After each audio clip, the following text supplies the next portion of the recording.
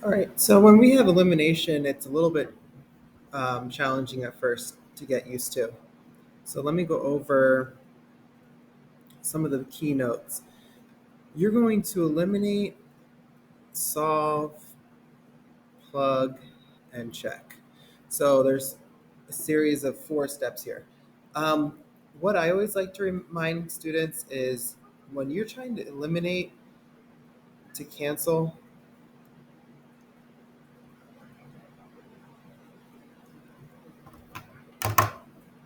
you're going to do the opposite. So if I have negative 5x, in order to cancel it, I need to have 5x. Okay, let me do another example. If I have 3x, in order to cancel it, I need negative 3. Okay, so let's take a look at some of these first ones.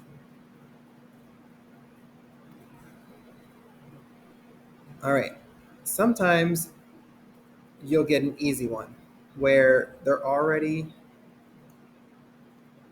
set up for elimination. I know 2 plus 6 is going to be 8, but if I look at positive 5 and negative 5, that's going to cancel. That's going to get me 0. So now I'm ready to actually start this problem because one of them cancels. If one of them doesn't cancel, I got to make one of them cancel, but in this case, we can start it. So we have 2 plus 6, which is 8. All right, I'm going to do 17 plus negative 9, which is going to be 8.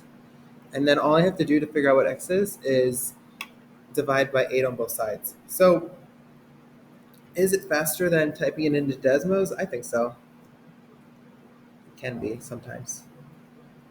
But the other issue is the test will ask you how to make um, these types of problems work, and you're going to have to know how elimination problem works. Let's take a look over here. Is there anything that cancels? Yes, right? Like we have negative 7 and 6y. Those are going to cancel. So I'm ready to go ahead and solve this. I'm going to do 5 plus 3 and get 8x. I'm going to get 0 here, and then I'm going to get negative 32 plus 48, which is going to be 16. Now all I have to do is figure out how to get x by itself. So I'm going to divide by 8 on both sides. This time, x is going to equal 16 divided by 8, which is 2. Soon we'll have to plug this back in and get what y equals, but right now I just want you to start that first step. So first step here, can I cancel? I almost can, right? I have to take a look at multiplying one of the equations, any one of them, by a negative. That is how I'm going to get 2y plus negative 2y. I want that to be 0. Okay? So this is going to become negative 4x. This is going to become negative 2y, which is ideal. And then this is going to become negative 14. Now, everyone's favorite step is you have to rewrite the other equation that you didn't touch so that you can line them up. Now, I'm able to cancel the 2y and negative 2y. I'm then going to do negative 4x plus 3x, which is going to be negative 1x. I'm going to get negative 14 plus 0, which is negative 14. And then I'm just going to solve for x. It's going to be positive 14. Let's move on to the next one. I'm looking at this and I'm seeing these are very close. I need to get y plus negative y to get 0. I need one of them to cancel.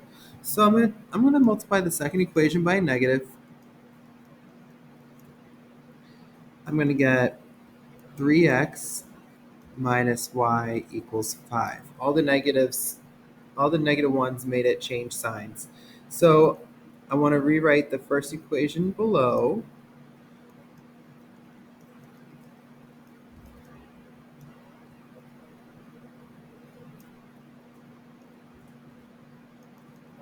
and then I'm ready to solve it. So this cancels, bring down the 11x because it's 3x plus 8x. 5 plus negative 16 is going to be negative 11. Divide by 11 on both sides. I'm going to get x equals negative 1.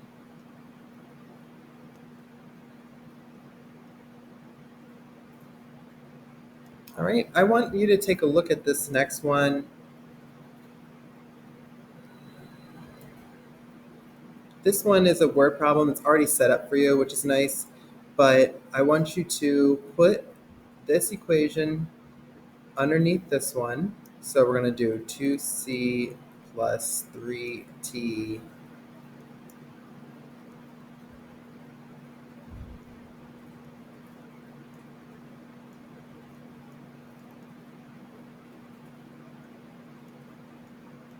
I want you to figure out how to get one of the variables to cancel, and then I want you to solve it for one of the variables. So go ahead and this is going to be a you try situation. All right, so good luck.